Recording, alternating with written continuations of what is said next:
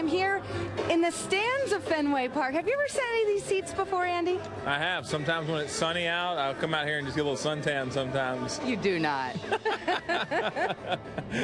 We need hot dogs and sodas or something. Yeah, that'd be good. That'd be good. Watch a game. Can you believe you've been part of this rivalry since 1995? No, it's gone by so fast. And the older you get, the faster it goes by. It's just amazing. We were talking about, a couple of guys were talking about on the bus the other day, just how fast. You just blink your eyes. It seems like we were just driving here, it was, what, 4 months ago or so. So it just flies by. This will be your 35th career start against the Red Sox, most by any Yankee since Mel Stottlemyre. So you have as much experience against this team as anyone. What stands out particularly at Fenway? Just, I mean, just the atmosphere. Just, it's so old, and just a tradition here. The Yankees, Red Sox. That's what stands out to me. It's always been a special place. And you like it? I love it. I do. It's a good ballpark for left-handers to pitch in.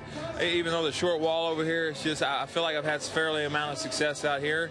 But it's just a great atmosphere. The fans make it a great atmosphere, and that's what makes it so fun. Let's talk briefly about your spring when it rained every time you were scheduled to pitch, I believe.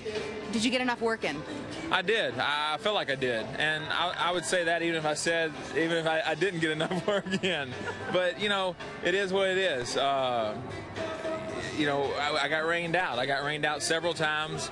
You know, the one that we hated was the relief effort that I made and threw the 10 pitches in the 4th inning and then threw 90 in the bullpen after that. So, but, you know, it's all good. I was able to make that last start. I felt pretty good about where I was at with that. You know, was a little concerned about the stamina maybe. But we'll see where we're at tomorrow. And even if I am a little short tomorrow as far as on stamina, it's just going to be one start, I would imagine, and I would be ready to go 100 or a little bit over that. Is any of this, whether it's spring training, preparing for a season, anticipating your first start of a season, different at what, 38? Does it change as you age?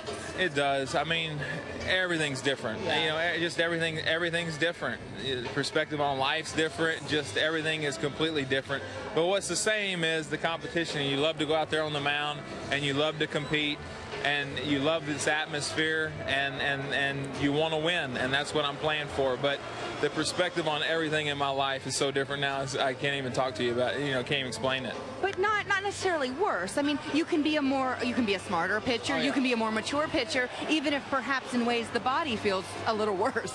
Not for the worse, you know, for the better. Okay. There's no doubt. When I say that, it's for the better. Knock on wood, my elbow feels healthy, and I've had so much, you know, again, so many problems with my elbow over, you know, early in my career. But just everything, you know, you feel more, you know, comfortable, established. You know, everything's for the good that I was talking about as far as with that, and it's a good place to be at. How many times have you thought to yourself over this offseason, or did you think to yourself over this offseason, man, I'm so glad I came back for 2009, especially given, remarkably, you were the winning pitcher in all 3 clinching series in the postseason?